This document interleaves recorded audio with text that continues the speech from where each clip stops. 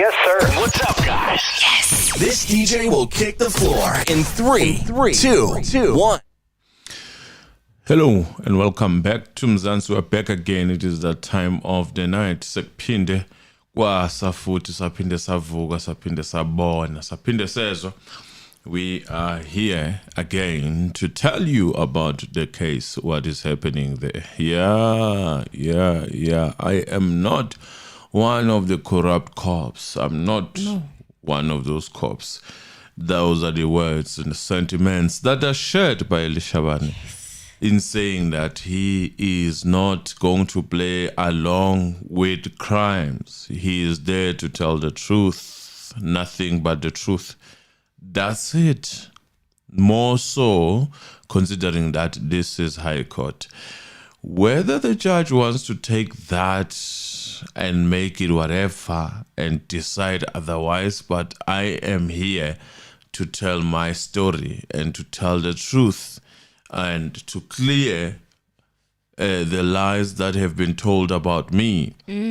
Those are the ways that Leshabane relates better with as he stands strong there in that court. It was the second day of his testimony. Yes. And he keeps on saying it, and he's standing in one position. He is not changing. Nothing has contradicted anything from what he has said since he came in. We don't know how you view it, but the truth shall set you free. That's what they say, those who know. Yes. Emily, greetings. And I was just trying to piece the puzzles later today, in trying to think, where did this all start, and what could have been the common factor that drew this thing together. Oh, yes. And I was reminded again that this case is a case of many colors, case of that keeps on changing colors like chameleon. It does not give you one answer because of how and the foundation. If you create a foundation that is confusing, you get the house that is confusing, and you reap the benefit of that. I greet you. Do the right thing from your side, like you did yesterday. Press the like button. Don't let nobody remind you, but get in and do that without anybody telling you. More so considering that these are tiring days in terms of working. So it becomes even more harder to remind you. So please. Yeah. Apologies for the late start. I had a lot going on today. I'm drowning. But I'll be fine. I'll be okay. As long as we made it. So, hi guys. Welcome back to the Mzansi Reality YouTube channel. Thank you so much for joining us here again for another deliberation on the Senzo Meyiwa Trial. I have to say it's very refreshing. Sometimes I can't believe what I'm hearing. It is very refreshing to have a witness put their version consistently, unshaken, unwavering, and also telling their truth. And he's saying that he's not doing it for the defense. No. His motivation is the Meyiwa family, of which that court sometimes it acts like they're forgotten. That there's a family that is waiting for this case and the conclusion of it so that they can move on with their lives. Yes. Sometimes they forget, but General Leshabane is moved to do the right thing, and I couldn't be more proud to at hear this moment that to there's see a person who's considerate. Yes. I cannot say like enough. Like, hi. There's still honest people somewhere out there.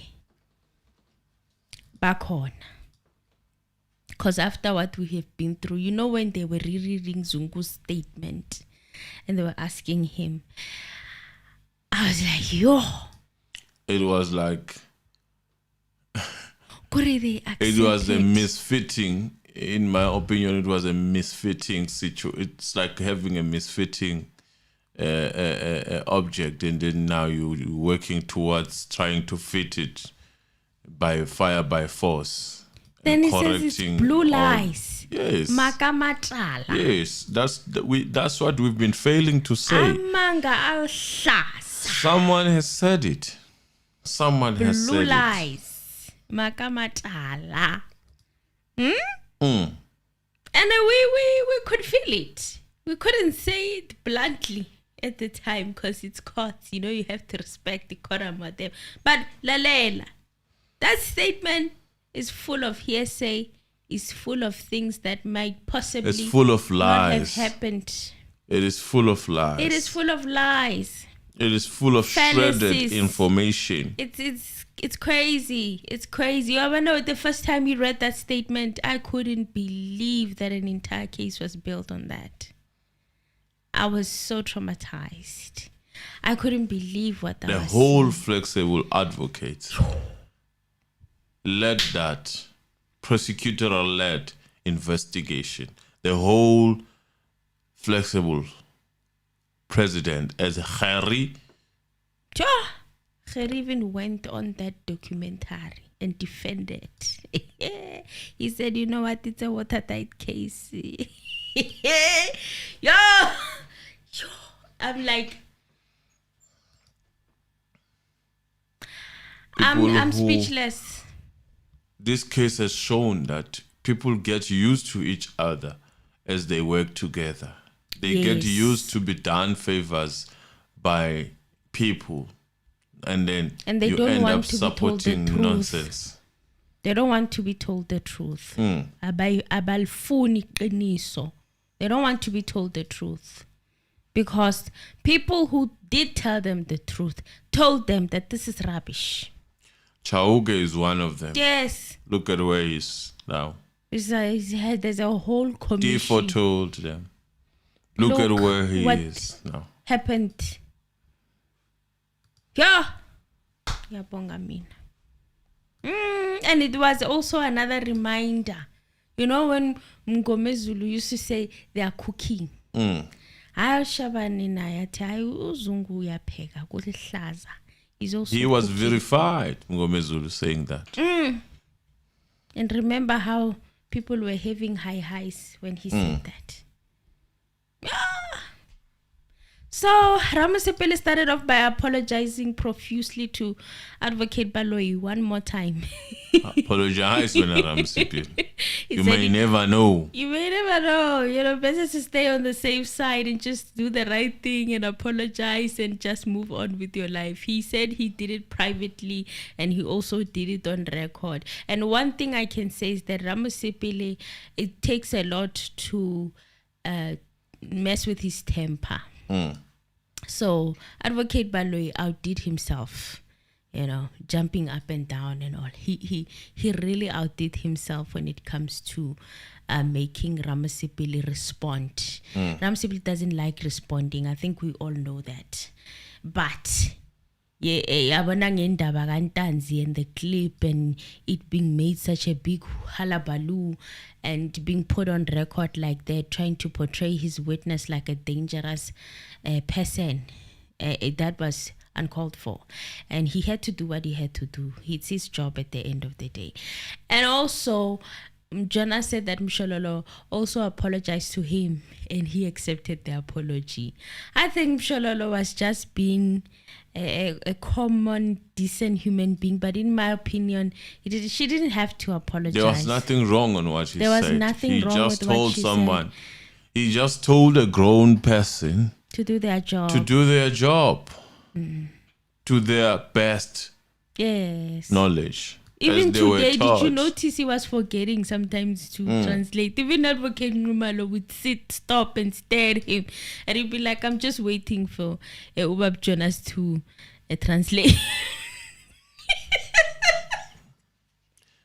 What can you say? You've got to beg for someone. Oh, please do your job. Please, pretty, please. Hey. please, The do your Beyonce. job.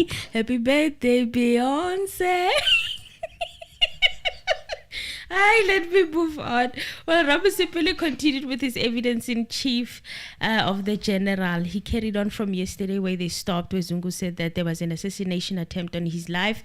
He said that the reason why maybe people wanted to end him or kill him was that he shared some information with General Leshabane. That was in his statement.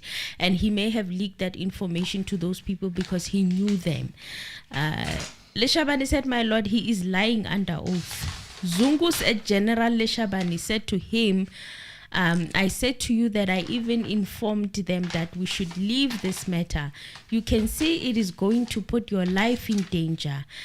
General Leshabane said, I never said that. He was the one who came to me. There's no way, my lord. I can say you must never with those people. Lastly, those names, I don't know them. And the last time I saw, I also saw a person, he said that he had information, or the person that he had information on was Muzi. He said, I saw him on my last day at my office, Umuzi, and from there I never saw him again, and I don't even know his relatives.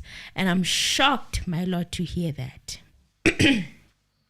So Ramasipili then said, Constable Zungu said he could identify or try to locate the SAP-13 number of the firearm that was allegedly used in this matter. He told you that when he saw Mr. Sibia in Tembisa, Mr. Sibia was also armed and he was also in possession of the same firearm. Did Constable Zungu tell you the type of caliber of the make or description of the firearm he was referring to?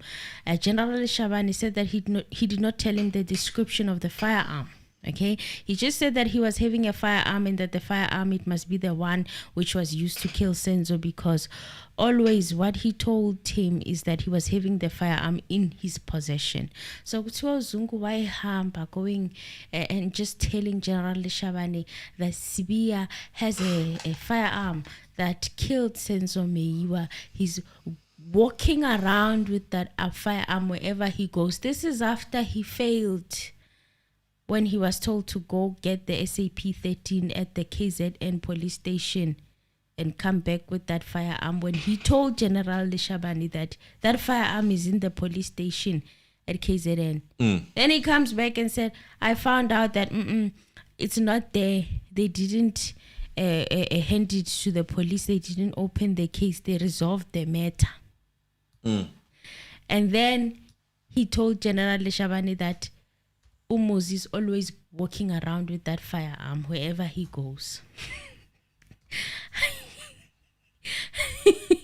Then Ramasipili said, did he tell you how he came to know about this alleged firearm that was allegedly at the SAP-13 store somewhere in KwaZulu-Natal? How did he come to know about that? General Leshabane said that he said because they are family. He knows that he shot somebody there at KZN, and that person is also related with them, and he was taken to custody. But later on, I said General Ndlovu to him to say that if he was having this, now we are going to crack the case. We were so happy. And when we said, go there, whilst you get that firearm, they then call us from there. We are going to send a team there at KZN to start the investigation. That's how focused they were on this wild goose chase that Zungu was sending them on. Well, Ramasipili said, based on these two factors, that Constable Zungu did not locate the SAP-13 number that he promised you, and also you did not find Mr. Sibia in possession of the said firearm. Did you draw any conclusion regarding the reliability of Constable Zungu on those aspects? And General Leshabane said, because Constable Zungu was speaking to me fairly and openly, I still trusted him because I knew that we were still going to do further investigations. But I was worried that for the first time there at KZN, he did not get that firearm. And also when we arrested Muzi, still there was no firearm. But still, I said there, he gave us a story. We believed him. I believed him. It has not answered my question as to who sent Zungu to Leshabane, allegedly? A senior police official. And who stand to gain there, and what was the logic behind that? That's my question. Because I'm thinking, as I'm thinking, and I am reading here a paper that was published 10 years ago by IOL. What does the paper say? Let me see. Net closing on Meyiwa suspects. Okay. Senzo Meyiwa was killed during the apparent robbery at his girlfriend Kelly Kumalo's home last year. This is 2016. This was 2015. 2015. Senzo Meyiwa was killed. Okay, this is the reputation. Johannesburg detectives were closing the net on a suspect in the murder investigation of the slain Bafana goalkeeper Senzo Meyiwa. Major General Vincent Leshabane said on Thursday, "We are busy investigating and getting the overwhelming evidence. We are closing the net, but should also make sure whoever we arrest is the right suspect," Leshabane said, told the journalist in Johannesburg.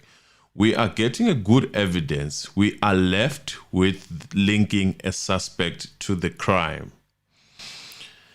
Meyiwa was shot dead in October last year while visiting his girlfriend singer Kelly Kumalo at her childhood home in Vosloorus. Police made several arrests, including Zamogu Lembata, a 25-year-old whose case was thrown out of court due to lack of evidence. At least 12 other people arrested were also released as they could not be linked to the crime. 12.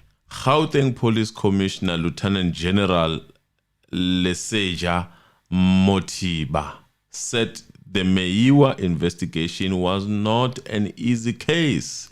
Detectives were working around the clock to complete the case, he said. Criminal investigation differ, and this is not an easy one. The investigation team is traveling between KZN and Gauteng, working hard on this case. We want to assure the people that detectives are committed and hard at work. In line with Leshabane's testimony. Yes. In line with Leshabane's testimony, saying that they were moving from Gauteng to Johannesburg, detectives. Right. So, I'm still asking this question because I'm listening to Leshabane's testimony where he says Yes. he believed the story that there were two intruders. Yes. And I believe that story too. How? Kanjani manje? No, I believe that story. I believe Leshabane was told, in my opinion, the correct story. It is just missing the meat.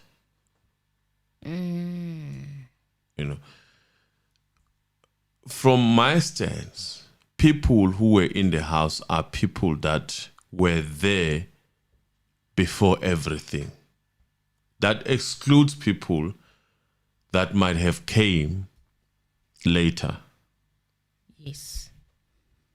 And those people can be, in my opinion, be regarded as intruders also. Do you understand?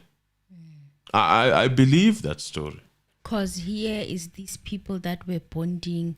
They traveled, picked up Otumelo, went Kukaikai to buy alcohol. Exactly, they prepared for each other. Yes, there was already, some form of yes. chemistry. Yes. And then here are these people that come at a later stage, and now they have to go out and buy some soup to cater for them. accommodate them. Which means that they were not people that were expected, in my opinion.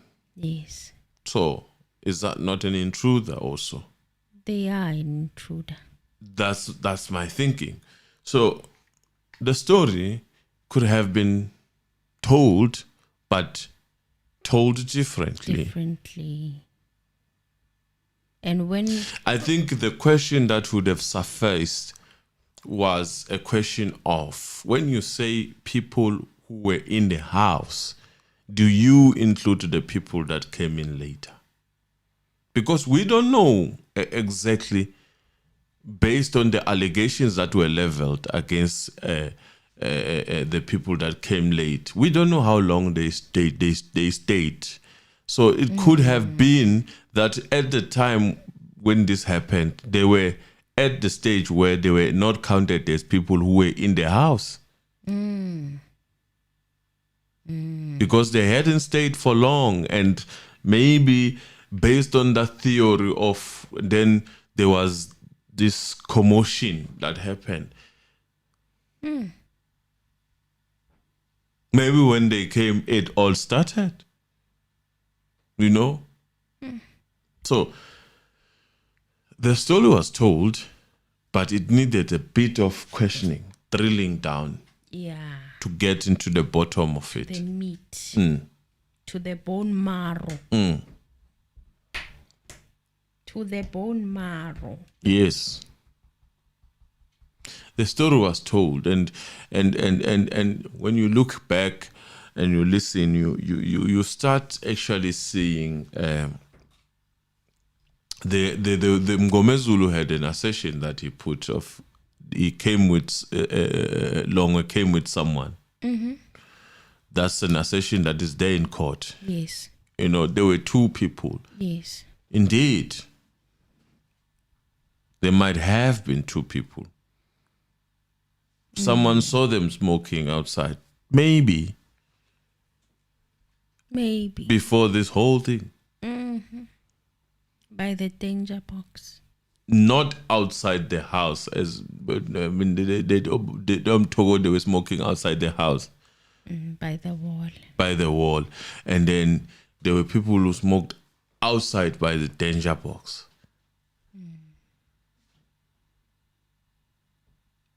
Yes. But there were two. But there's something interesting that I also think I heard yesterday. That the person who shot, according to Zungu, Yes. he was injured. Did you hear that? Did you hear that part of the person was injured during the process? I don't know who said it. Was it today or yesterday? But I heard something to that effect. Pela, when you're going to mention injured, then it comes back. That's what I was thinking. It would come back to Mngomezulu's story. But also, that assertion would be supported by people who are being checked if they have injuries in their legs and whatnot. And they did check the accused. Exactly. But they haven't checked not even one single Was it? person. I don't know whether who was it's in Viva the Voke house. from Leshabane saying what Muzi told him. It's something like to that effect. Guys, remind me. I could be hallucinating, but I think I heard something to that effect, and I wanted to talk about it. But because of information that was coming in numbers, I could not remember to address that part. Is it today or it was yesterday? Sizani, guys, if you picked it up, I'm gonna need the timestamp. Send it to me on WhatsApp. Yes, because that injury is very important. Very, very important. Can't just fly over it like that. Well, Ramasipili said, what was your understanding of the type of firearms that was used to kill Mr. Senzo Meyiwa? General Leshabane said it was a revolver because everybody was saying that it was a firearm having a wheel or having wheels. So all of us at the time thought it was a revolver. The statements that were later changed because according to the people who were investigating of late, they say these people do not know Firearms. They can't comment on firearms because they don't know them. They are making that decision for them. Not even to describe what they saw, but because they are not expert on firearms, they can't even describe to the police what they saw.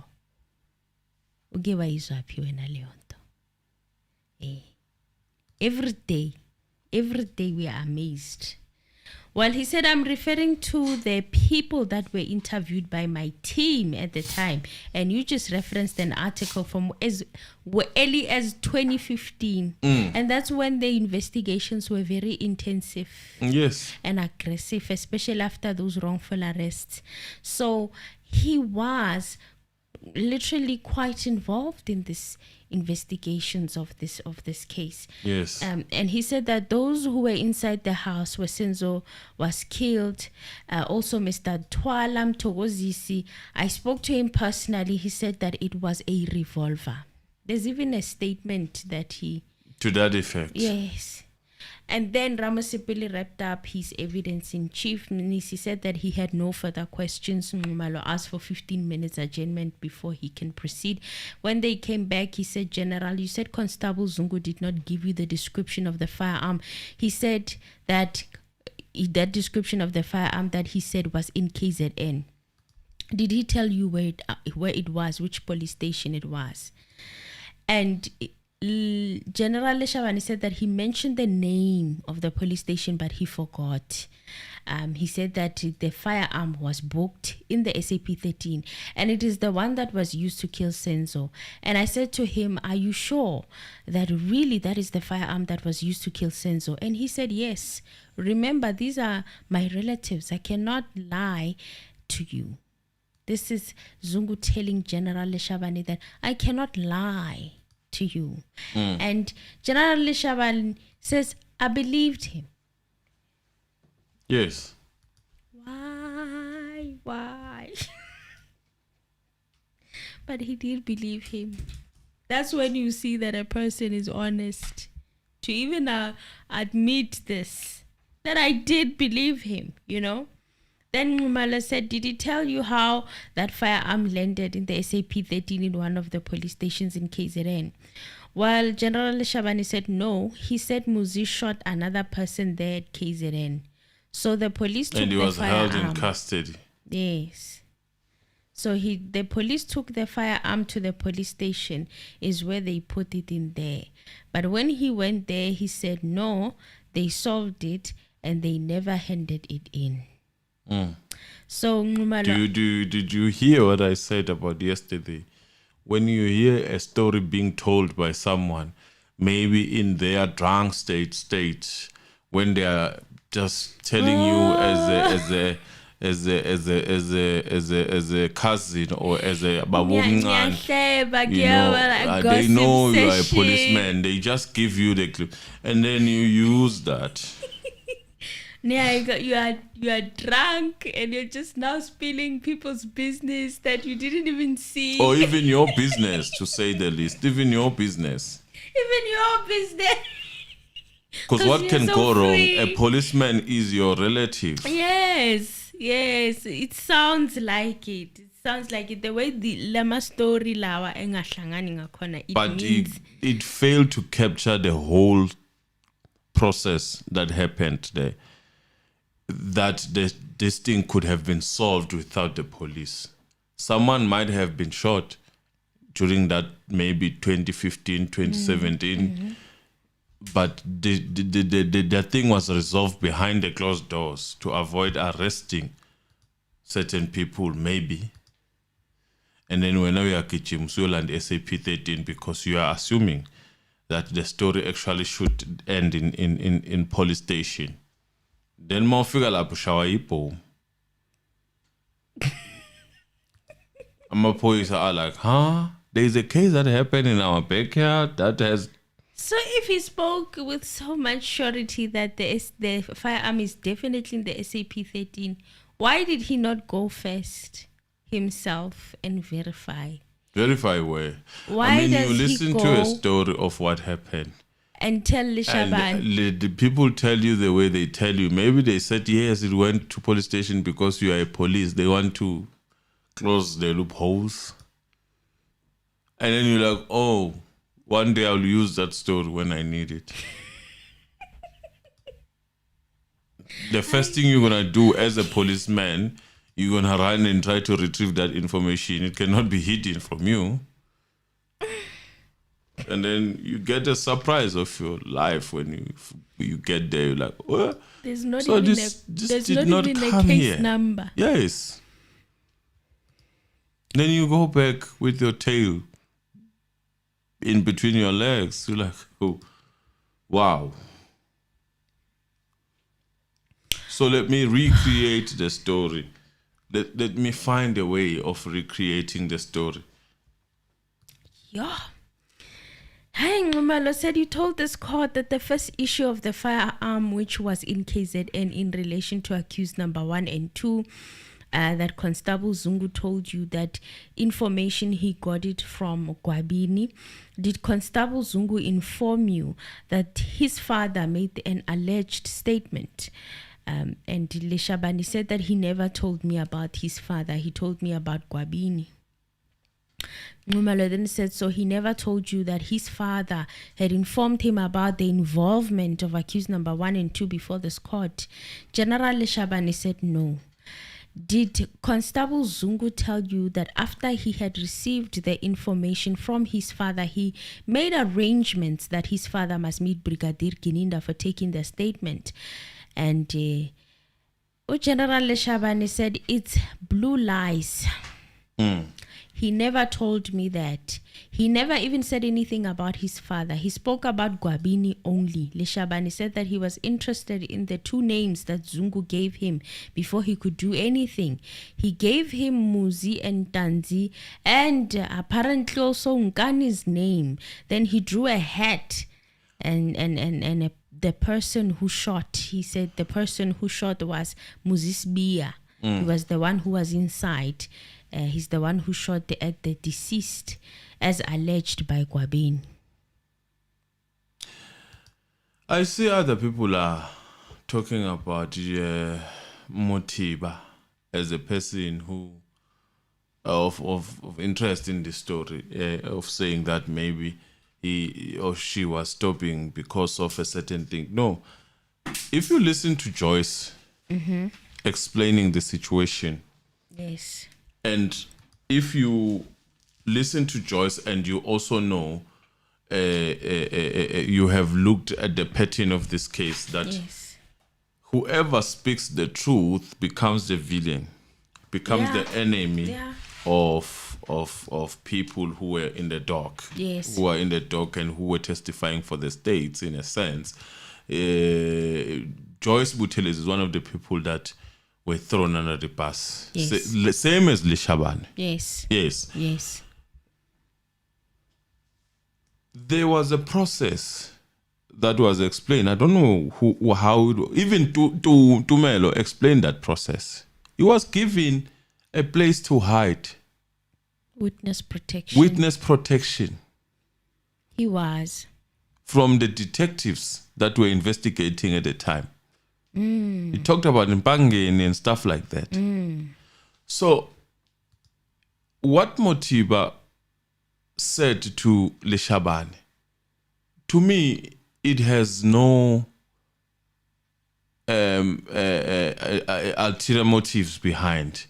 Maybe indeed it was happening, but somewhere, somehow, as always about this case, something somewhere came and it changed the whole situation.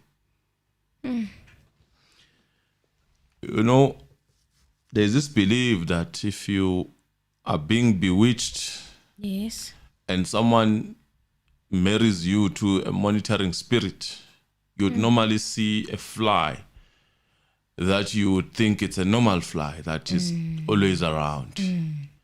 But when you go deeper, maybe when you consult, then someone tells you, yes, there's this fly that is always around you around this time. Then you start noticing that, oh, actually, this is the thing that they tell you, this is the thing that they use to monitor you.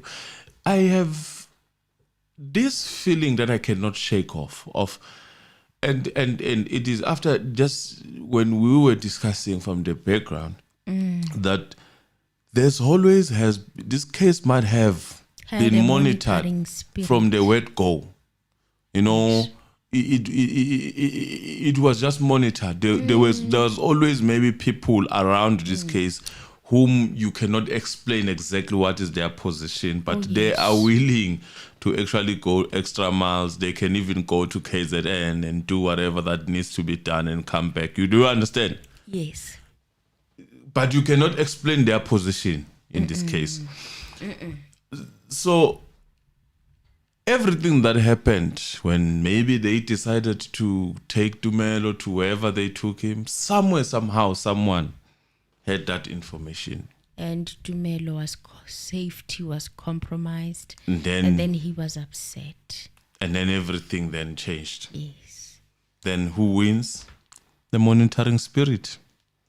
I'm just thinking out loud. I mean, once we get to this point. Because he was really not happy about how he was kept in that witness protection. Exactly. Now it sounded like someone was selling him out. He was complaining about the well-being or the condition of the witness protection itself. He gave me the vibe of someone who expected a 5-star hotel treatment, and he was disappointed that which is not far-fetched in my opinion.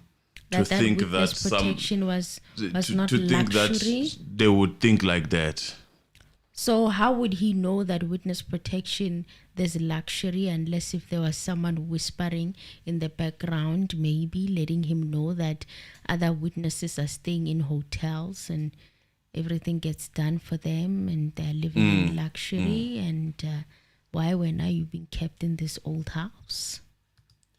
It is still not explained how then this case become a thing of a cold case team. Conveniently. That transition. From at some point where people were just nobodies working on this case one way or another. And people were saying they were accompanying someone to go take a certain things and whatnot, and then all of a sudden there's this special team that reports to, the commissioner directly. They're saying the commissioner even formed this team so that it could report to him directly. And then when this team, how that team transitioned, isn't it that it ended up reporting? I saw it on the a CV of Sbia when he was trying to define who reports to him. Isn't it there now? The cold case team doesn't it report to? He wanted that cold case. That's what Masemola was saying. That cold case unit reports to him. But General Sibia, after getting his promotion, he wanted them to report to him and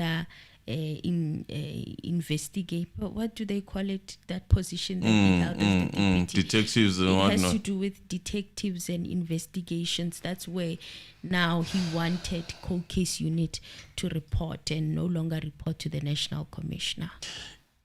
It's all public information. A lot of things, if you look at these things. But it's a bigger picture for me that with all this that is happening, this chaos, you get to put the puzzle, because now your own puzzle you know, of who The dots and what are connecting. I don't want to put it to that effect. I'm just saying, for me, for my mind, you know, I get to see, okay, certain things eventually they meet. We are born. Like, okay, from here to there, there's a direction, a clear direction for me, for my own thinking and my own mind, where I get to say, oh, okay, this is the case. Oh, you know, not for you as a Mzansi person, but for me, my mind, not your mind. It would be that there's something promising, and then hit the brick wall. Something is promising, and then punch a tire somewhere. Joyce is putting everything together. Buthelezi. Everything is coming together. She's almost cracking the case, and then back to square one. There's always something. That is gonna give. It happened again.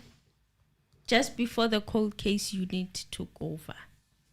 Something is happening. Because even the NPA Pretorius, he was like, let Joyce. Yes, he's almost close to the call of. This is 2016. Of Leshabane to withdraw, it came from the NPA also. Yes. And then they hit the wall. How? Then hit the wall again. That's how it's been. It's been like that for the past 10 years. Until now, we are here now. How can you have a case be investigated by two groups seasoned that are working in one department but reporting to two different people? And again, it's an issue of a coach and the owner of the club. The owner of a club has this player that they want and they buy it because, I mean, it's my club, I can buy it. Then the coach says, I'm not going to use your player. I'm going to use the players that I have here that I connect better with.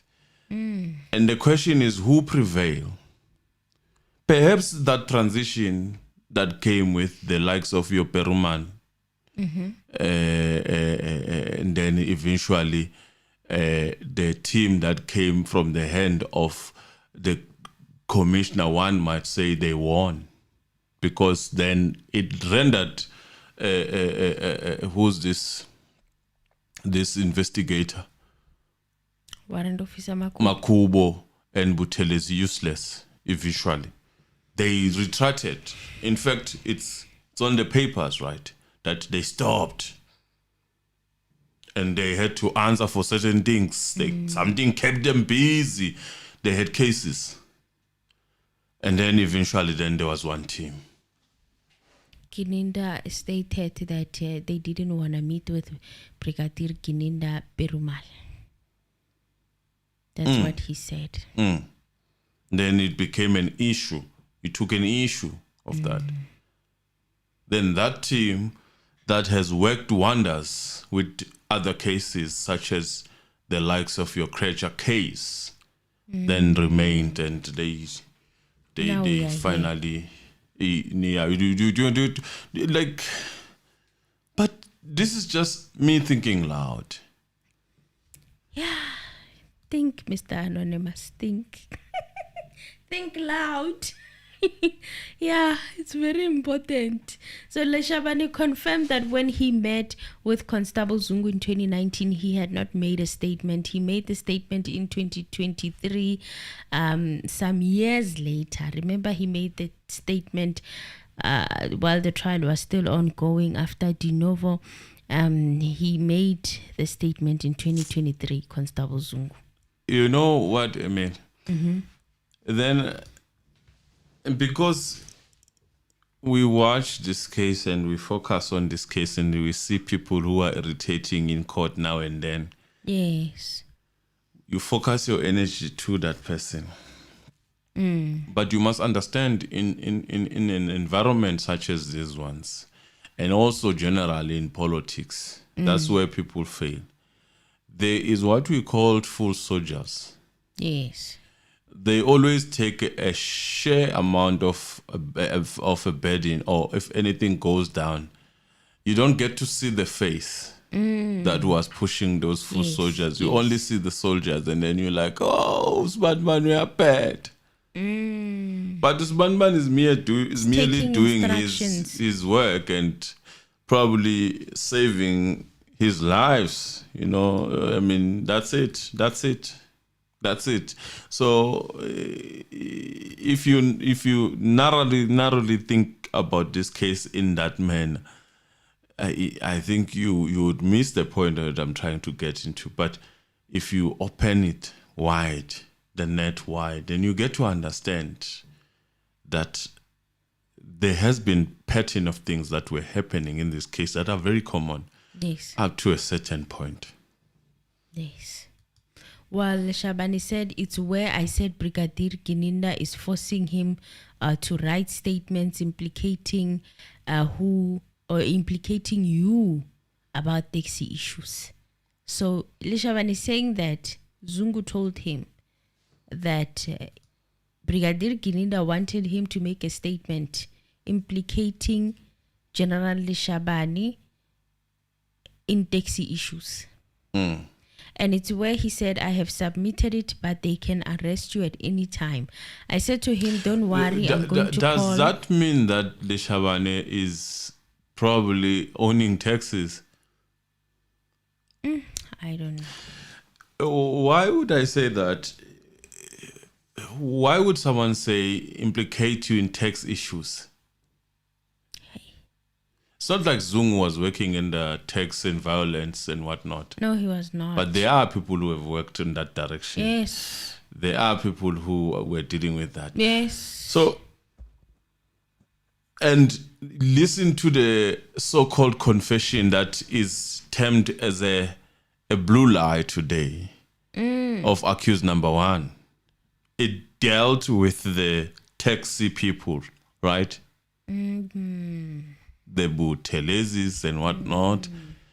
And Nontan's testimony was saying that they were telling him that he has taxis in Vosloorus. Yeah, yes. So this case then becomes a case that at some point it could have been pinned. You could have seen it on television where you could have remembered this case as a case of these prominent Kabis that really took Senzo's life.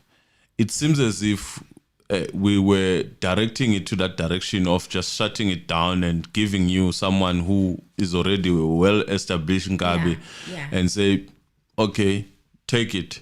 That's the person that took your player. And why not? We have seen what this case at this point in time without those people, maybe just different Kabis. We have seen how people are just easily swayed and believe what they see and they heard. They don't think deep and look deep. No. So it becomes that. Now, Zinkabi vele ziyabulala, ruthless. So therefore, vele they did it to Senzo. But the only difference with Senzo is that abamdubulanga ngendlamveningi. Bamshaya nje ngeyodwa kwaphela kanjalo. Futhi nakhona not endaweni yokuthi bebene sure ukuthi Senzo is going to die when they left him. That's the only difference. With the others, they are brutal. They bashaya benze sure ukuthi bakushiya uthuli. Yes. This one, these Gabis were so soft that people could just beat them and go out of the door. You know, people could beat them. Bozandi could beat. Botumelo could feast and whatnot. Potential witnesses. So if you're around, whoever has a target, be wary. Because some of them, they take out the people that are around the person. Just so they don't have people you'll get those Ngabis that would come for umuntu lo obeze ngaye. If you don't react, you are safe. And then Or you hide. You manage to hide. You manage to under hide, yes. a table or something. And then you get those ngabis that would say, "Ufakazi abdingakala." In that case, I think that would have been the situation to say, "Angeke With sishiye accused ubufakazi number ngemuva." More 5. so, they are beating us. We are in danger. They are beating us. We still, They've seen our faces. we still left them, and we went out. So this case, bekuzoba case yokuthi at some point, hey, kuneyinkabi nje ifikile ziyaziwa zinzima ukuzaziwa kwi-taxi violence most of the time, but this was a special case, a high profile case. They came, they did their job, they went out. And then there are particular... I don't know what happened. Oh, we actually dissected that statement as to these Buthelezi. The only problem with that is that the Buthelezi guys were already arrested. Yes. So therefore, they couldn't be the ones that did it unless someone let go of them while they were inside, and then they did it, which is very difficult thing to actually prove. And then it became 2014. and then it became a lie. That statement of accused number 1. He confessed that whole statement, according to the confession team. Confessed that whole statement about people that were far from these people. And it's where he said, I have submitted it, but they can arrest you at any time. I said to him, don't worry, I'm going to call the provincial commissioner and the national commissioner. Even you, they won't arrest you. I'm not surprised to see that statement in 2023, is what General Leshabane said. Leshabane said Zungu never told him that he had notes when he met him in 2019. Even when he was switching or he was with Advocate Balo in the consultation room, he never told him about that. He met him in 2019 around March and April, and he's the one who contacted him. Constable Zungu is the one who contacted General Leshabane, according to General Leshabane. Constable Zungu was stationed in Tembisa police station in 2014, and Nxumalo took General Leshabane through the evidence of Constable Zungu. And General Leshabane said that he's the one who transferred Zungu to Sebenza police station in 2020, just before his retirement. So he even lied about that he, at the time when this whole happened, he was working at Sebenza already. Yes. At Tembisa police station, he was in the uniform branch. Leshabane said that Zungu was not part of the investigations of the Senzo Meyiwa case in 2014 because he was at the station level, and the general, him as a general, he was in the cluster office. So he would have known if he was part of the investigation team. He is the uniform branch and he's not a detective. So Nxumalo asked him, when he came to you in 2019 with information, would you classify him as an informer? And General Leshabane said, remember, this person talked about the family issue and there is murder inside. To me, I took him as somebody who was frustrated because some of the family members wanted to kill him. So I took him in that way. His supervisor at the time was Brigadier Tombeni in 2023, but in 2014 it was in Brigadier 2020. Jacobs, or in 2020. That was a misnomer Mistake. because he It was in already. 2020. Yeah, in 2014 it was who? It was Brigadier Jacobs. It was Jacobs at the time of Yes. 2020, yes. So 2014. So Leshabane 2014, confirmed so, yeah. that police officers in visible policing, they normally use That marked also vans. says that he lied about being managed by or Leshabane. reporting to Leshabane. He lied. And he About said things that the can be police- proven, by the way. Things I that don't are there on the understand. record of SAPS. I don't understand, yes. And then Leshabane confirmed that police officers in visible policing, they normally use marked vans and sometimes unmarked vans. They work 4 days and go on rest 3 days, and then the 4th day they go back to work. And Nxumalo asked, do their fleet also include the VW Polo sedan? Remember, this is the car that Constable Zungu said that he was using on the 26th of October 2014. And Leshabane said it depends on the station. Sometimes they use the Polo. As I'm saying, there's a shortage. Maybe sometimes they take a car from support services and give it to them, especially those who are doing social crime prevention. Leshabane said that the police in uniform are allowed to carry individuals or private citizens in the vehicle. They can transport anyone. When they meet somebody in the streets who wants to go to a police station, they can take them there in terms of the community policing, and it's not for private use. So after the short adjournment, Nxumalo asked General Leshabane for how long has he known Constable Zungu before he met him around 2019. And General Leshabane said that at some point in 2016, when he came back from the province, he found him at the cluster there. He was doing social crime prevention at cluster. He said he managed that level by that time. And Nxumalo asked, for how long have you known him before you met him in 2019?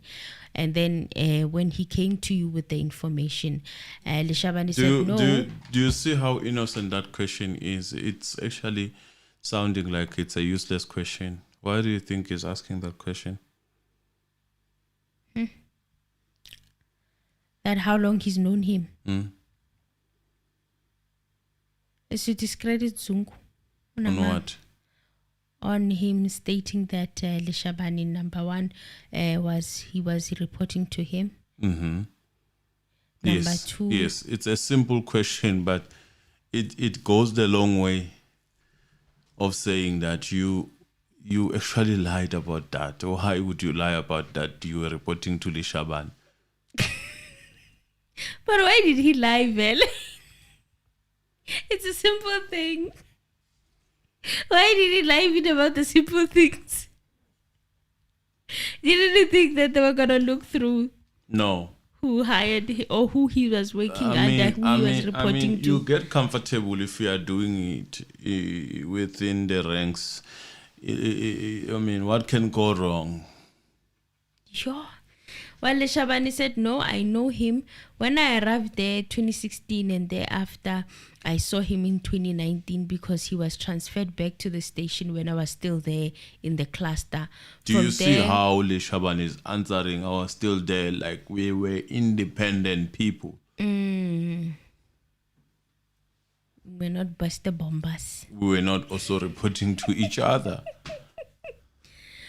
Said from there everything was quiet. We never spoke about anything until he came to me in 2019 informing me about Gwabeni. Now Nxumalo asked, would I be correct that you have known him for a period of about 4 years? And General Leshabane said, I cannot say that because when I came back from province, I found him there. Later on, in a short time, he was transferred back to the station. And the police in visible policing wear uniform. Detectives are the ones who wear private invisible clothing. Did you also say invisible? Visible. Invisible policing. No, visible policing. That's a correct thing. These people were fumbling even the things they know. Police invisible. There is no such thing as invisible policing. Leshabane corrected that. I'm not saying invincible. I'm saying invisible. Visible police. Oh, police invisible. Yes, I know, but when they said it, it sounded like invincible. Invisible. It's the transcript. Not visible. Not visible one. Non-visible. Yeah. Let us say non-visible. Well, Nxumalo said, so at the time we knew Constable Zungu, he'd wear police uniform, and General Leshabane said throughout the time he was on duty, he was supposed to wear a police uniform, even on Sundays. In instances where he was supposed to report on a Sunday, he will wear a police uniform. And General Leshabane said yes. Nxumalo said at the time when he used to come and see you, would he wear a police uniform or would he be in private clothing? And General Leshabane said that he'd be in uniform because he was always on duty. Malo reverted back to the record, and Constable Zungu never told General Leshabane that he was in the company of the 5 accused in Vosloorus on the day of the incident. So in the proceedings of 7th of September 2023, Constable Zungu, led by Advocate Baloyi, said that where he said he received the call in the morning from Gwabini, who is his son, but he is his brother's son. He also said that Gwabini stayed in Vosloorus Soto Hostel. And Nxumalo asked him, did Constable Zungu, when he met you in 2019, inform you that he had received a call from Gwabini? General Leshabane said, no, he never told me. Nxumalo continued to read Zungu's evidence. He invited me to come to Vosloorus. I told him that it was still early because it was around 7:15. And at that day, I was still going to work. I then informed him that when I knock off from work, I will then be able to go see him. Now, Nxumalo asked, did he tell you this, General? And Leshabane said no. And Nxumalo continued to read Zungu's testimony. He called me again and informed me that there was another brother of ours, Makosonke from Rustenburg. He informed me that Makosonke would also be joining us. I informed him that once I knock off, I would also call him. Then he sent me Makosonke's contact details, saying it would be odd for this man not to have worn the uniform, as he portrays himself as a person who was not wearing a uniform. Yes. Because he was from work, as he would say. As he would say. Well, Nxumalo stated to Jonas that he was reading the record as is because it had grammatical errors. Invincible policing labaya. For instance, in the next line, it said, I informed me, when it's supposed to say he informed me that once I know of, I will also But the record will him. speak for itself. That's what they say, me now, Baloyi. The record has mistakes sometimes, grammatical errors. And they put those questions to witness as if they are the truth, the gospel truth. Yes. Bosiband. He then sent me Makosonke's contact details. Nxumalo read the rest of Zungu's testimony line by line. We all know it at Mzansi Reality. I was like, I am tired. I can't go through this line by line like this. I will listen out for the most important stuff. The general said that Zungu did not tell him all of that. Then Nxumalo went to the part where it said, when a member of the visible policing is allocated a state vehicle, what will happen to the vehicle after he knocks off duty? And Leshabane said that it will depend whether there is a job. Normally, there is that job.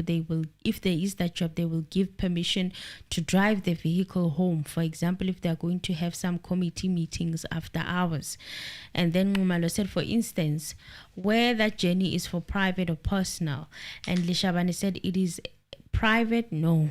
Only if there's official duties and with permission. Without permission, you can't drive the vehicle home. So it's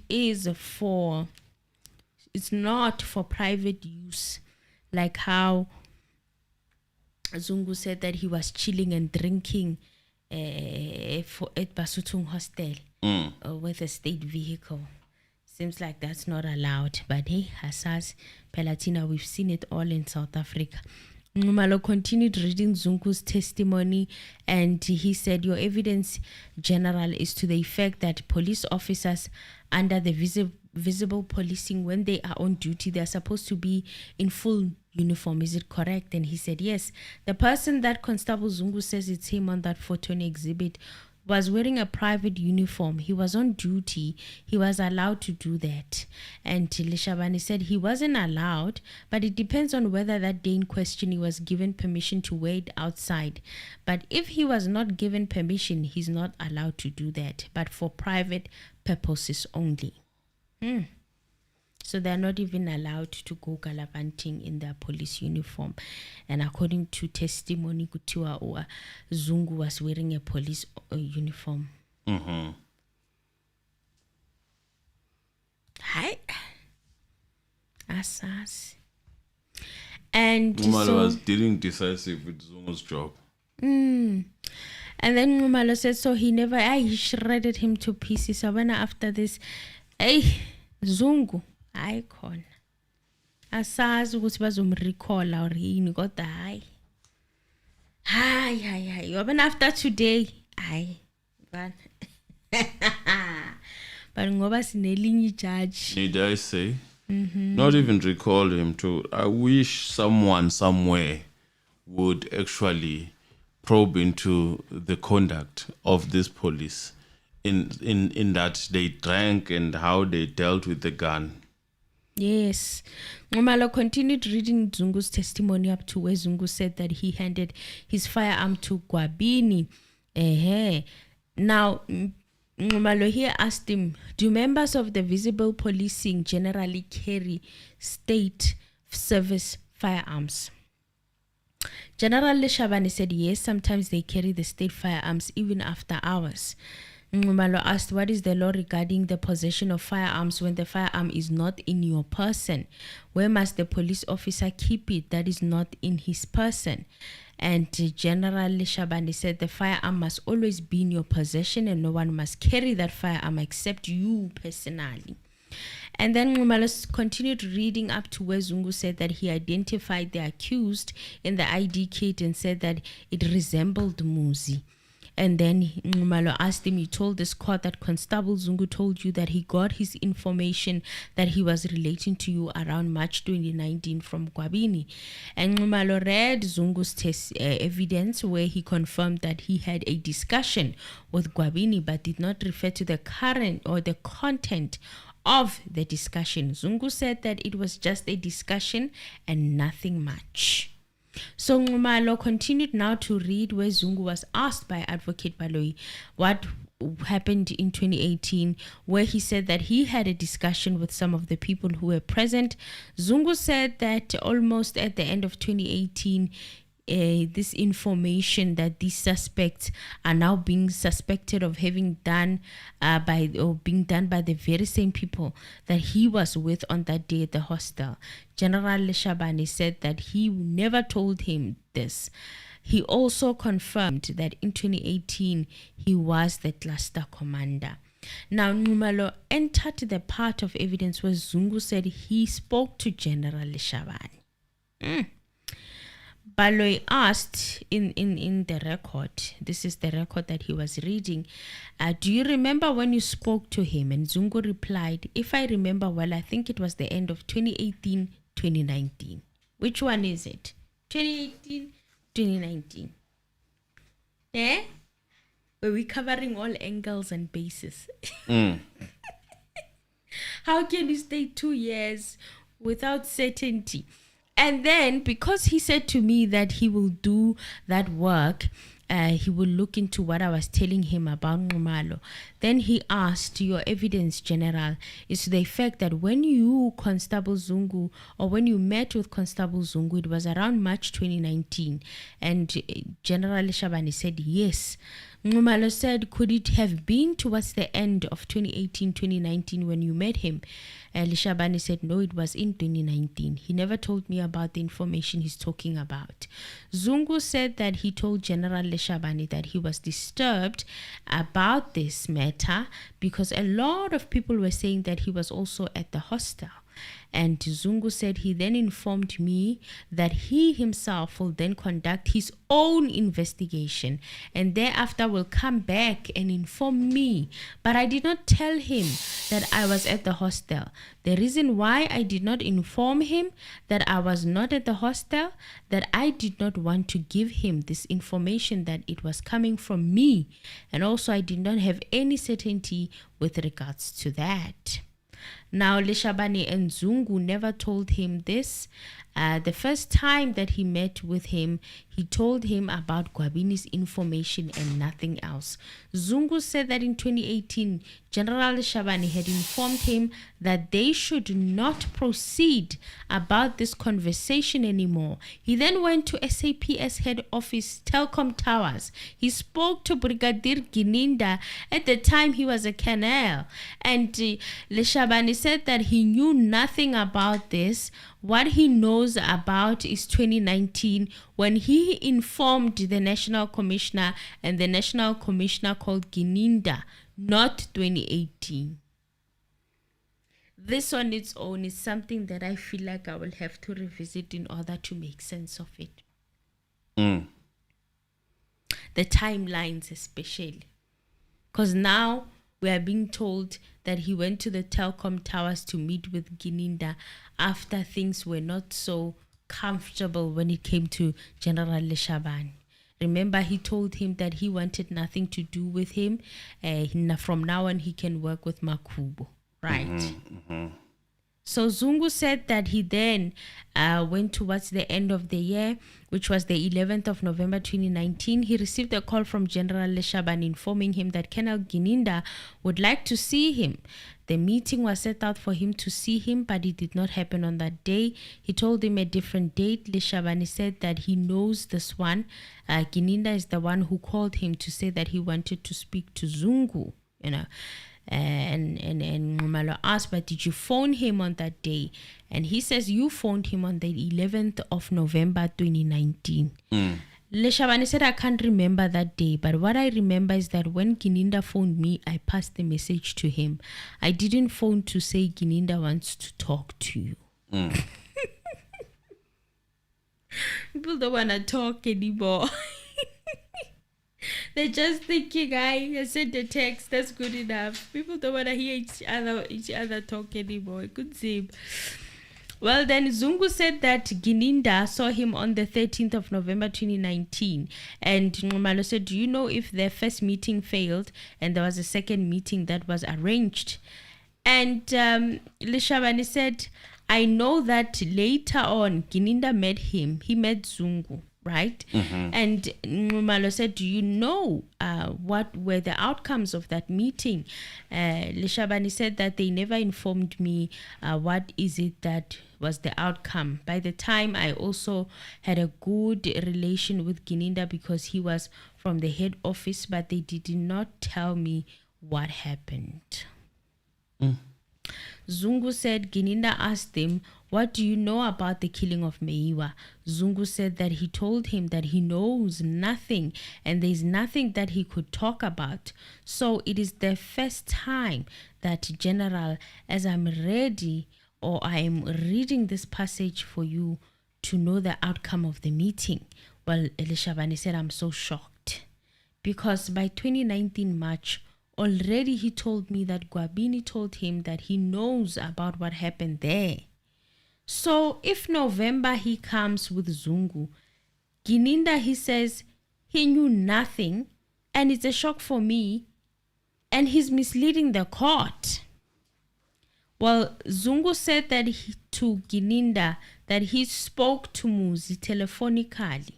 He said to him, Muzi, why is that your relative wants to shoot me? Because I also said I did not know anything about this matter. And also, I don't know anything.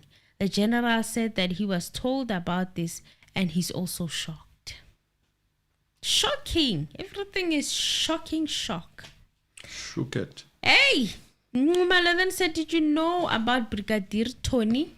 Leshabane said he doesn't know him. They even gave him the surname Perumal and he said he doesn't know him. And Ngumalo said that there was another meeting to inform them between Constable Zungu, Brigadier Gininda and Brigadier Tony Perumal, where Constable Zungu refuted and he told them that he knew nothing about this case. Leshabane said that even the National Commissioner in that case of March 2019, he was aware that he wanted to contact Zungu. Zungu told him exactly what he told him to say, that Gwabini told him that certain boys were involved. If that time, he says to Brigadier and Gininda saying that he knew nothing, he's misleading the court. Unamanga, it's a blue lie. Unamanga. Utiwa njalo. Ngumalo said, did he arrest or did the arrest of accused number 1 through the information that you were following, which information was given to you by Constable Zungu? And Leshabane said Zungu told me that his relative Gwabini told him that Muzi and Tanzi were involved in the shooting of Senzo Meyiwa. And he further told me that General Leshabane, there is no way you can solve this case except for these two people, because these two people are our relatives, and I cannot lie. And I believed him. That's why I followed the firearm issue at KZN and also of Tembisa, where they say he was having a firearm and they only found illegal substances where he was arrested, and not his case of Senzo Meyiwa. I still don't. Okay. You still don't?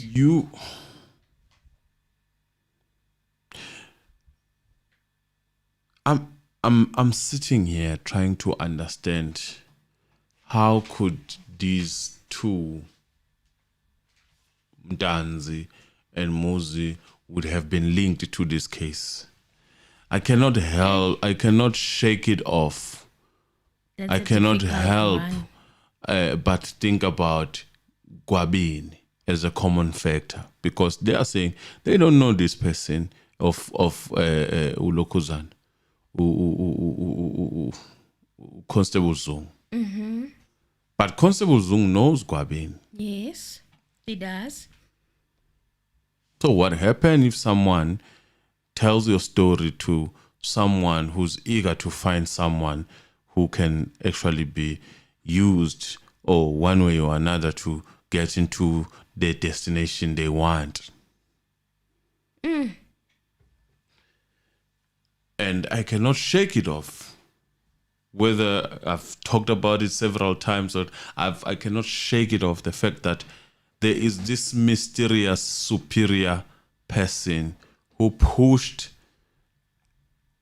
according to Leshabane, Ulokuzan, Constable Zungu, to come to him, even though he knew he was not investigating this case, because of the history that Leshabane has with this case, Emil. So someone was keeping, as I said, this is where the monitoring spirit, someone was keeping tabs as to who is hungry for this case to actually be closed. A question of whether that person was willing to do extra or more, now it's another story, because Leshabane was willing to close this case, yes, but in the right way. The right way. And then Bafika. So upon realizing that, okay, this thing maybe won't go away, this case won't go away, this case is still here, then someone said, find me people. The Buthelezi brothers, it failed dismally, because I don't think that someone can just be beaten to hell to confess a lie. Yeah. And you read that story, the cohesion there, it's similar to that one of Ndans. Yes, it is. It is with Gwabini. So they rendered that statement useless. Of course they did. Who confessed first between accused 1 and 2? They said it's accused 1. Exactly. Makes sense. I would expect accused 1 to be the one who confessed first. And he's also and then upon realizing and doing the investigation, I want you to remember this voice. Lo baba lo. Ugangile lo baba lo. Ufike lapha eqala kabusha wathi uzocharger ubuthelezi, abafana bakabuthelezi. Do you remember that story? I remember. Boxback Magistrate Court, yes. The clip. So it changed then, because it couldn't have been. You couldn't prove that these people were outside. No. He said, when we were searching him, we were searching the firearm so that it can be linked with the information given by Zungu. Zungu is the one who came with information that the firearm was in Tembisa. He said that wherever he is having a firearm on his possession, wherever he goes, we can't miss it. That's why I instructed the team to go and arrest him. And as Zungu knew that Sibia was arrested on that day, Leshabane said yes. He is the one. I was with him. He pointed the suspect before me and other people were there. And then Zungu said that he remembers that there was an incident where it was said that Muzi had been arrested and his relatives came or arrived. They came to the police station. They asked me about something different. They were asking me about Muzi, about his arrest. I knew nothing as to why he was arrested, and he was not arrested in relation to this case. So he said that he thinks that this was in June 2019. And Nxumalo asked him, can you remember when it was in 2019 when Muzi was arrested? And Leshabane said that it must be March, April 2019, not June, because I remember there were 2/17 of 3 March. And he said that he's aware that Muzi was arrested because they were there with him. He didn't hear from any other person. And Nxumalo said, did you at some point tell Constable Zungu that he should drop this? And General Leshabane said, my lord, it's a joke. How can I say the case which I am serious about and say he must drop it? He's the one that came to me. I gave them full support. Also with Gininda, I gave him full support. But on earth, there is a general that can get hobbies for what purpose? And then Zungu said that the general then informed him, let us drop this matter, this talk, and not mention it again.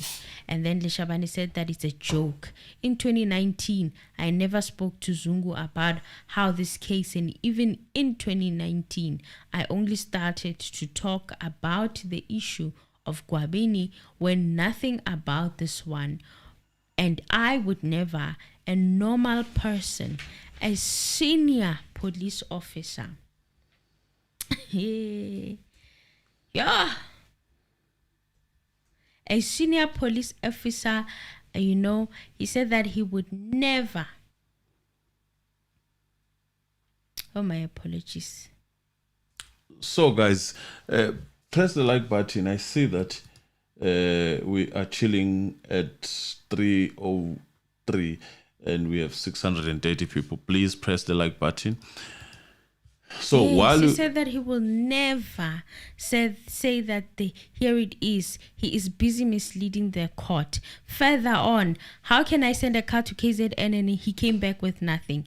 And again, I assemble a team to trace the suspect, no firearm, but still say, okay, the case can be dropped. I did not say that, my lord. Finally, I want to say that I'm here for justice to happen and also for the family of Senzo Meyiwa. So I'm here that justice must prevail and nothing else, and not for the defense. I cannot allow a constable to mislead the court in my presence.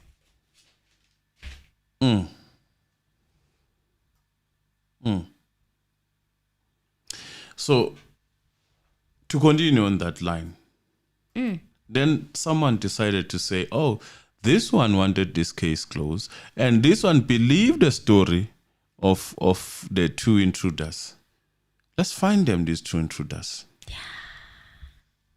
And they indeed allegedly found these people, which today you see them in court. Ne? Yeah, pretty much. The only thing that did not happen as a plan, maybe, they didn't get arrested. Because for that, they only arrested one. Ntanzi was never probed. It's a mystery as to why. Well, Ntanzi was never probed because he submitted 2 names. Yes. Unless, of course, Leshabane then lost faith in him to even continue and probe the other person. Sounds like he didn't even bother with Ntanzi, But the other team comes in right away. Ntanzi, Muzi get arrested, Ntanzi gets arrested. Kwabini, Makosonke, everybody. Or someone just was waiting for that chance. He thought he played his chess. Let's get this person to arrest one of these people, one way or another. Then we'll probe from there. Want it to be him. Yes. And this person came to finish the job now because these people have already been arrested. One of them has already been arrested. So I'm going to say this other one pointed this other one, and then we go on. Joe. Then they start Muzi, arrest. As Muzi said, I was arrested for this case twice. I was taken for this case twice. Yes, he did state that he was arrested twice for the same case. And he didn't wait that much and pounce on Tanzi. From there, the confessions were flying. Oh, to think that the confessions will be more flying if you are found with something that is compromising, such as the substances. But no, they fly this other side. They just fly. And then the story started. But one thing for sure, this thing of we investigated these other three accused, they were already on the ladder, those accused.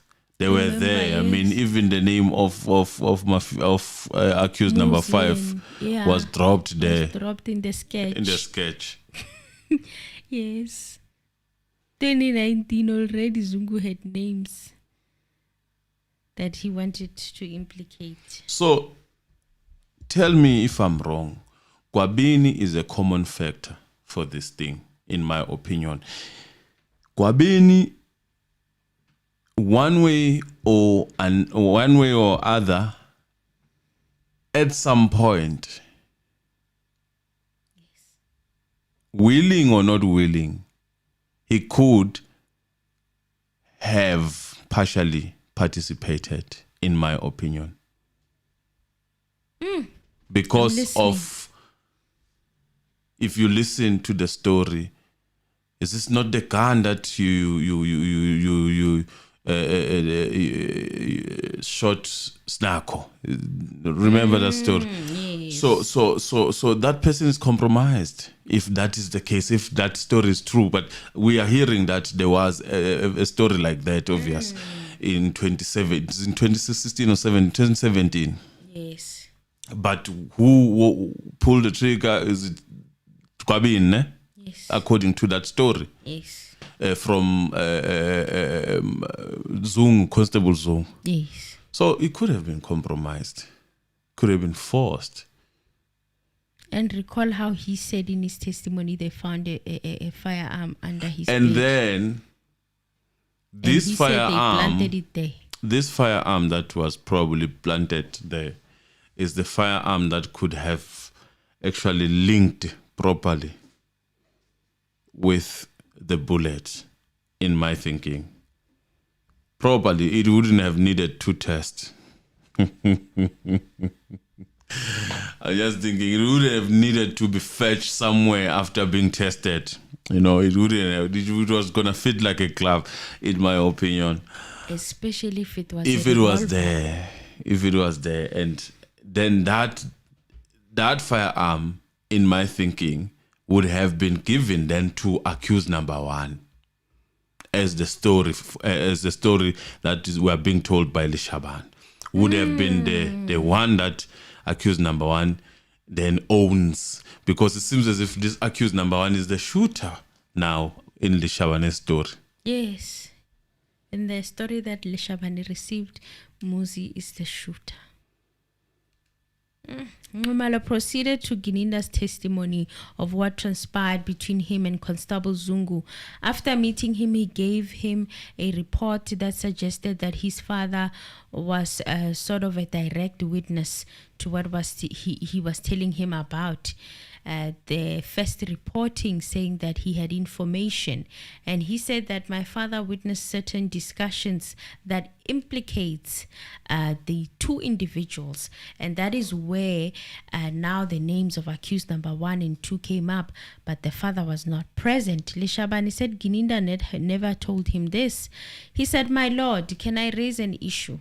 We are talking about what happened between Gininda and Zungu, but the person who is working with Gininda, Mamfundisi, is here." Which means from time to time they'll hear what you are saying. I don't know whether this is fair or not, my lord, but it's right. If it's right, then I don't have a problem, my lord. My lord was very quiet concerning this. Okay. And he hinted at Numalo to tell the witness something. But it is concerning that one witness gets to sit there in court. Mamfundis is also a witness in this case.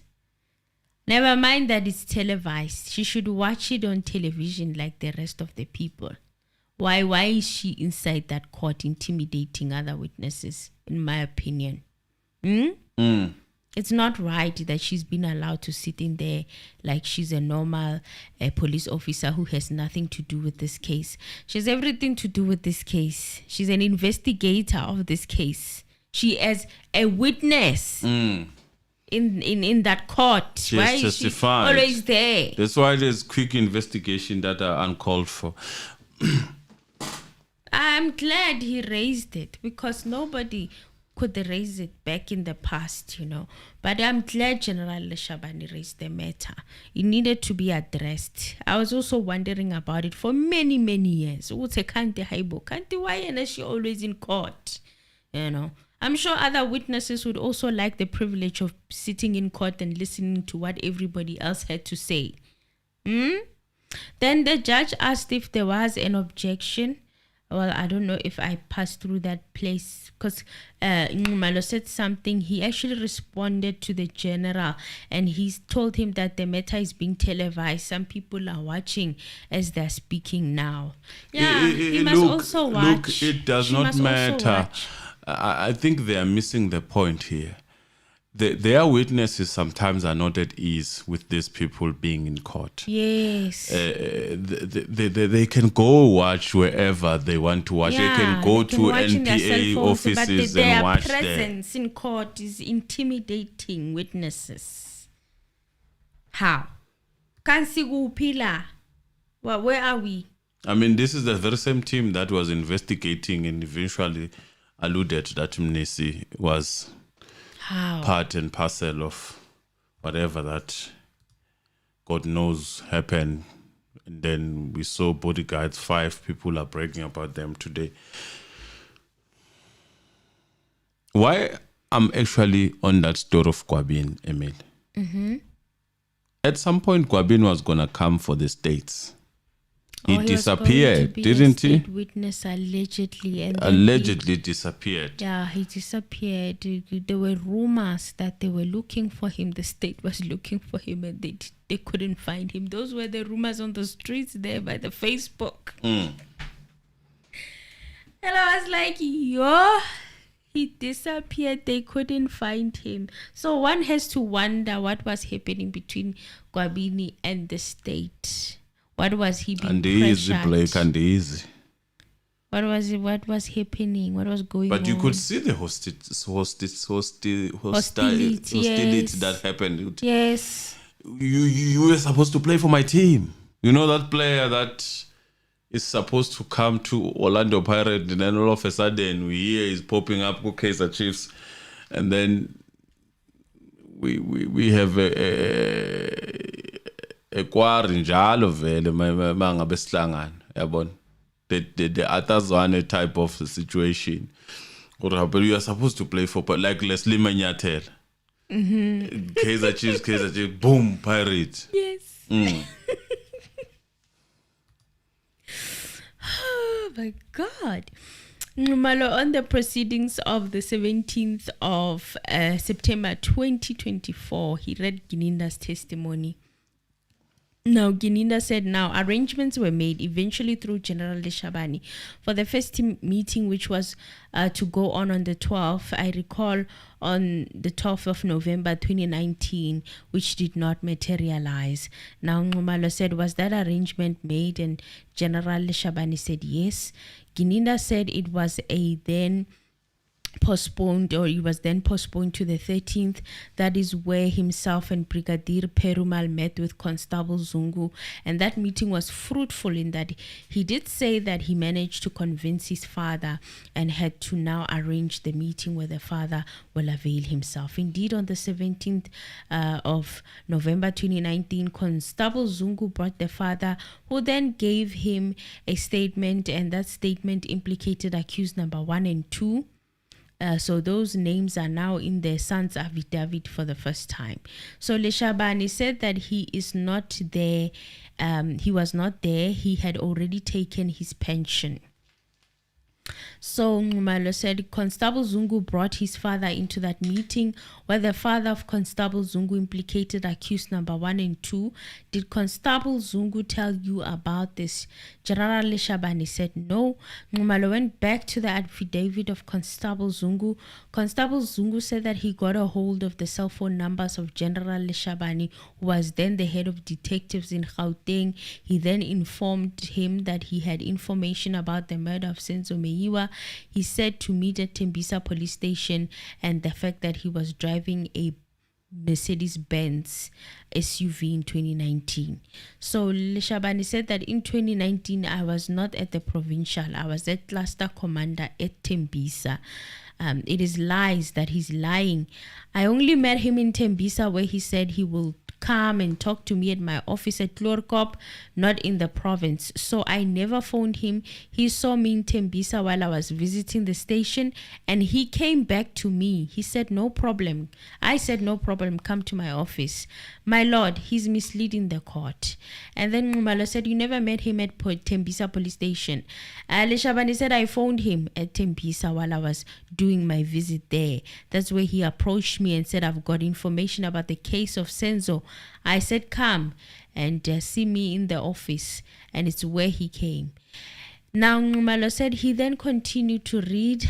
He said, I shared with him all the above information and my knowledge about the murder of Senzo Meyiwa. He said he will do a follow-up investigation. After 3 weeks, he called me to say that the information we gave him is positive, and he wants to further task the detectives with follow-ups or further follow-ups. Leshabane said, he's lying. The only information that I can talk about, so when he came back from KZN and also when we went to arrest Muzi, the rest he's lying. He's just cooking the case. And then Ngumalo said he further says that you informed him that you had discovered something on the suspect that is in Rustenburg. You said that you will inform the Minister Begicele and the then National Commissioner General Ketla Stole. And it is where later on I said that the team will go on and investigate, and that's why I gave him to Gininda.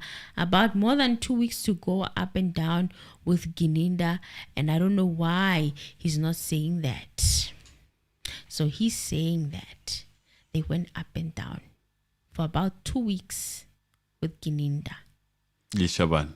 So he's saying that he doesn't understand why Zungu is not stating that. He, without being too much dramatic, he's actually gunning for the head. Leshabane, that is. Nicely. He's moving nicely. I told him that no, it's not the way it works. And I was worried because he knows that I was not doing the case as somebody senior to him, whom he cannot name, but he must come to assist him because he knows that I will help. So when I was trying to... from there, I said I must go according to the right channels. Then you are going to work with Makubo. Remember, by that time, Makubo was the one I knew. I said, you're going to work with the detective there When I was with Makubo and ex-General Sibia, I said from now onwards, you will work with this team and I'm out. That is where Gininda used to phone me and I would say, no problem. Please, can you have him as long as this case is national or it's a national case? All of us must work as a team and solve this problem. So Zungu said after a few weeks, the general called him again and asked that he assist him with information of the whereabouts of Moses Bia as well as the pictures. He said he provided the general with the requested pictures but included those of Mafika Ntanzi. While Leshabane said he's lying. Why must I take pictures? Because I know that they are with the investigators. But he was having them in his phone to show that he knows them. They are his relatives, you know. They agree I didn't call him. So what did you say on his evidence when he was testifying, Viva Voke? He said that Leshabane is the one who told him to bring the pictures. Now, do you see, where did he get these pictures? Because some of these people didn't know. Ubaba Absalom angithushilo ukuthi hawu uphethe ithombe Exactly. But where did he get them? Some people or some of the accused were stating that these pictures were on their Facebook. Ntanzi's pictures were on Facebook. But who would have pointed him to that direction? Kwabini, in my opinion, allegedly.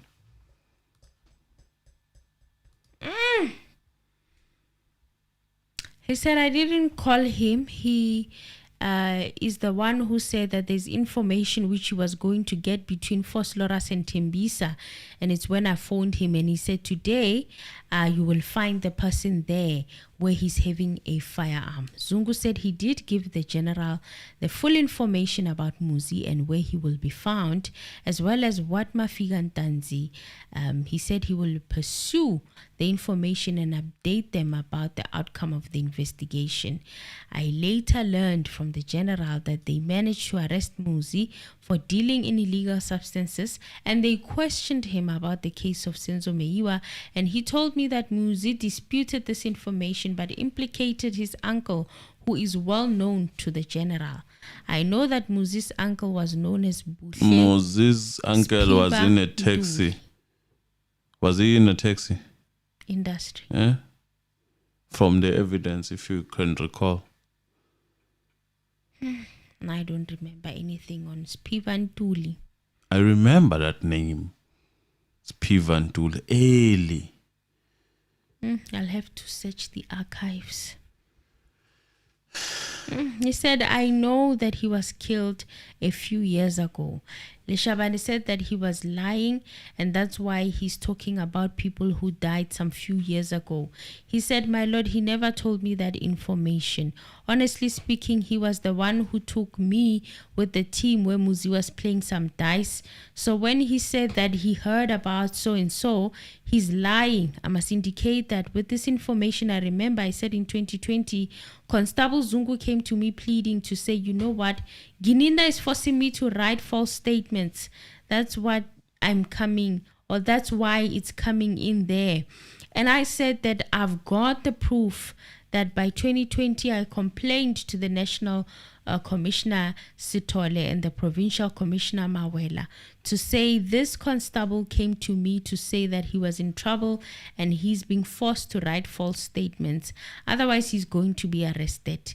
Now, Ngumalo asked, he said that the uncles of accused number 1 was well known to you, and that is Piva Nduli. And General Leshabane said that he doesn't know those people. No, yes, someone is saying Spiva Nduli was said to be on the taxis. Now, the tax they will implicate you through the tax what, and then Spiva Nduli's name is allegedly, according to the statement of Zungu known to Leshabane. So Sure. it was going to that. It was going to that direction of saying that maybe they might have maybe history between these two, one way or another. So maybe they were looking to use it, in my opinion. Seemingly, this case, in my opinion, it looks like a case of scratch my back, and if you don't,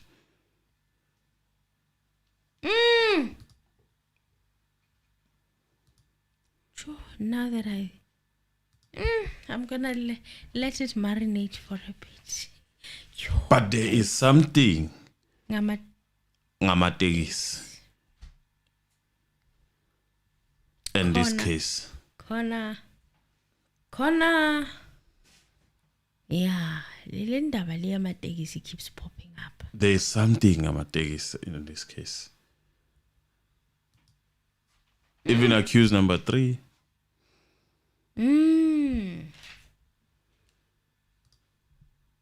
Buthelezi brother. Buthelezi boy.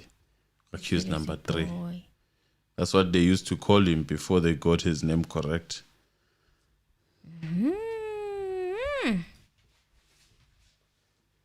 Well, Zungu said that the same year, 2019, he received a call from General Leshabane, who asked him to meet at the office at Lorkop at Captain Park. It was a Sunday around 1700 hours. When he arrived in his office, he said that he went with him and he informed him that he did further investigation and followed up on the information that Muzi gave him about the involvement of his uncle, Buhle Spivantuli, who was well known to him. The Muhle? General Buhle Spivantuli. Oh. Yeah, continue. The general told him that he has found that Muzi was directly involved in the murder of Senzo Meyiwa and that information he gave him was accurate and correct. Leshabane said even a hobo will see that this is a cooking case.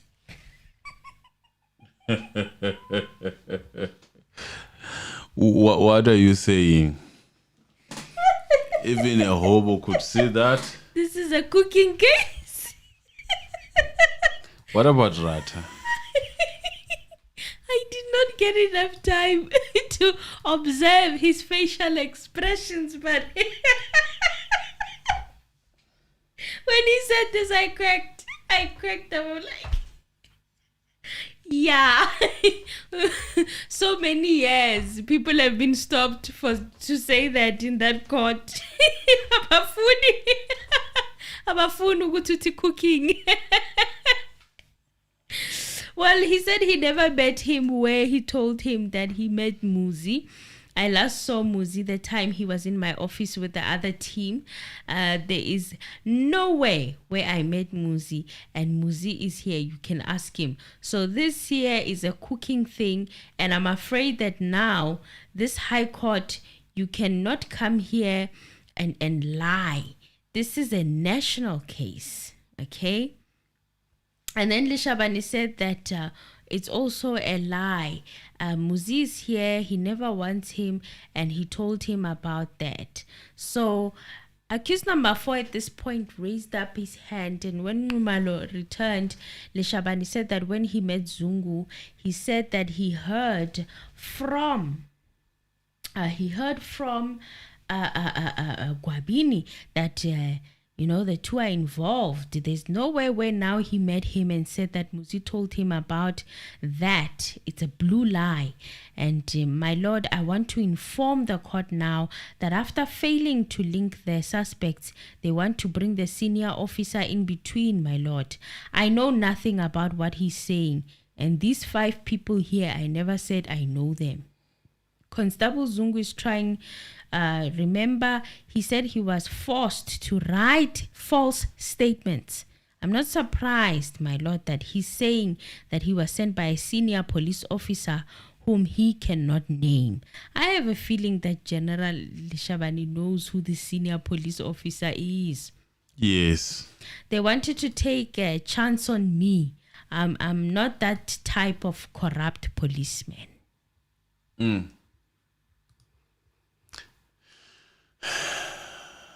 Iphoyisa elikhulu edlula wonke ke amaphoyisa ke nisho nelikhulu leli elasho Ntanzi iphoyisa elikhulu. Iphoyisa elikhulu kunelikhulu le. Yeah. He said, "My lord, this is a national case. We must tell you honest truth. Now the constable is lying before the court, misleading the high court. I cannot be a part of that." Oh, Zungu. Ayiziyakhala baba. Well, then Ngumalo said, "Thank you, General. Those are strong words indeed. Thank you, General, for that." He's thanking him because every time they say it, they are told that they are disrespecting court decorum. I don't know what else. They must not state what they see. They must state beautiful things. Yeah, worse than the whole. Well, Ngumalo moved to another aspect and he said, Leshabane said that Mthokozisi gave him the description of the revolver as the firearm. Okay, I think he's already talked about that, but what is more interesting is the part where he said that, "My lord, I know how to plead for honesty. We tried everything, but still," he said, "if I know I was going to tell the truth, I know you came from far away in Gauteng. You are here. Senzo was my friend. I was going to be honest, and I'm honest. Those who were inside the house, no one shot, but people from the outside. They were two." The judge was nodding as General Leshabane was sharing this part of evidence where he said and described what happened when they went to interview Mthokozisi in KZN. It was like, and I'm like, aha, I need to remember that body language. Well, but he said that we were prevented from seeing Tumelo Madlala, but they said that it was for the good cause because they said somebody's going to take a confession and he's going to crack. So we were happy about that. Even myself as a senior police officer was happy because I was in charge of the detectives. I wanted to give the provincial commissioner full feedback. Leshabane said that they were going to interview Madlala. That is where they got a call from the former provincial commissioner, Lieutenant General Mutiba. Zanzi Reality Family saying, "Mutiba kyo."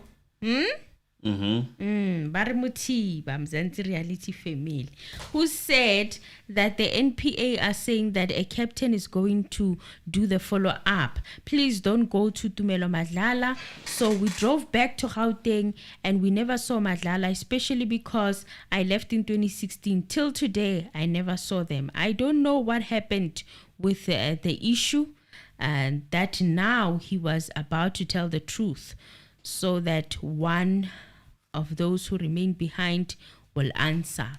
So this is quite interesting because back then there were also rumors about Tumelo and stuff. A lot was being alleged about Tumelo on the streets that and now look at how the wheels have kind of turned.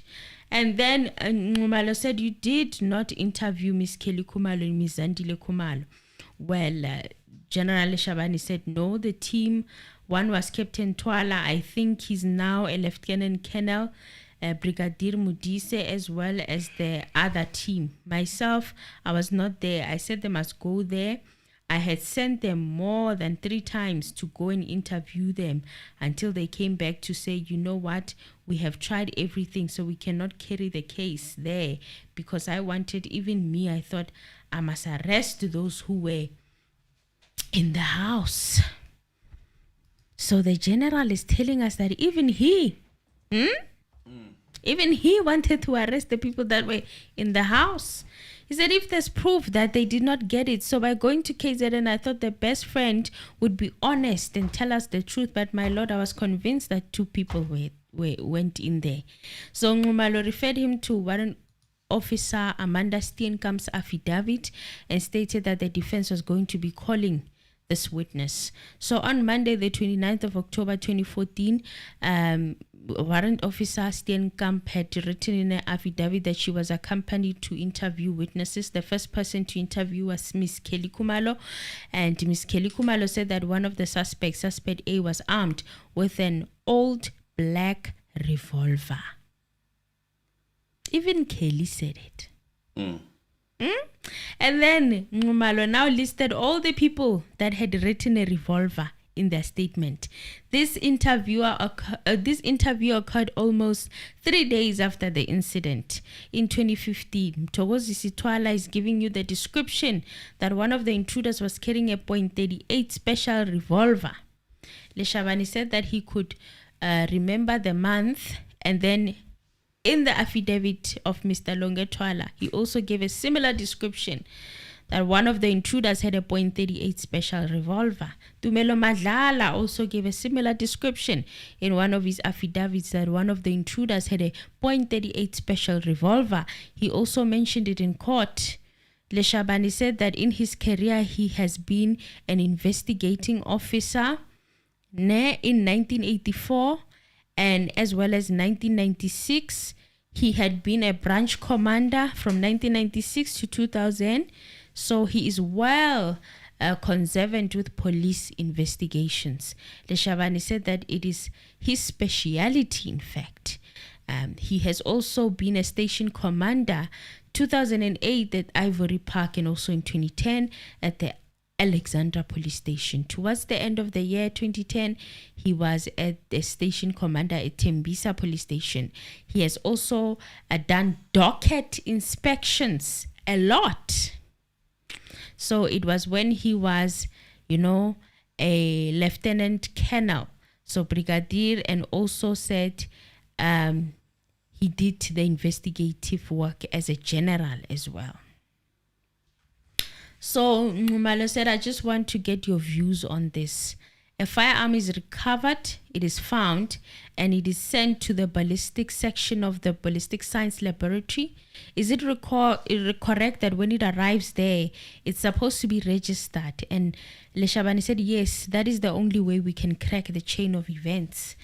Is it correct that before it arrives there, it is covered, it is sealed in the evidence seal bag, it is either taken to ballistic personally or is couriered, and then the member who takes it to the ballistic section of the forensic science laboratory will get the acknowledgement of receipt and that the firearm has been booked in the ballistic section of the forensic science laboratory? From massive experience that you have, a member from forensic science laboratory goes to the police station, he gets the firearm, and then he takes it to the forensic science laboratory. He keeps it in his safe. Is that the right procedure to go about? And General Leshabane said, my lord, I don't know the procedure. Baloy objected before he could finish responding and said it's an unfair question. The general might be having an idea of how things work at the might not be having an idea of how things work at the ballistic section of the forensic science laboratory. He's being asked for an opinion. The witness who works at the forensic science laboratory ballistic section have testified. More like ask our people. This is a general who used to do this, who used to send exhibits. Even in his testimony, he's like, I had to test the DNA of the head against that of Muzi without Muzi knowing because I wanted to be sure. He sent a sample to the lab. There are procedures that he follows when he does that. Conclusively excluding, not inconclusive. Nxumalo said that he had not mentioned any witnesses who testified in court about the handling of exhibit. He just wanted the general, to give, there. Surprisingly, the judge allowed this. He said he can go ahead. It's an opinion. I was shocked. No, he was forced because he's been saying that these are experts. These are people who have experience. Oh. Let's press the like button, guys. Have we forgotten? Please press the like button. Let's I'm reach almost done. I'm 400. wrapping up. Yo, it's been a long day. Then Leshabane said, my lord, it depends on the case like this one of Senzo Meyiwa. It's not an ordinary case. Therefore, somebody from the forensic can go to any police station, especially if they've got information about the particular firearm, to take it and go to the lab and test it.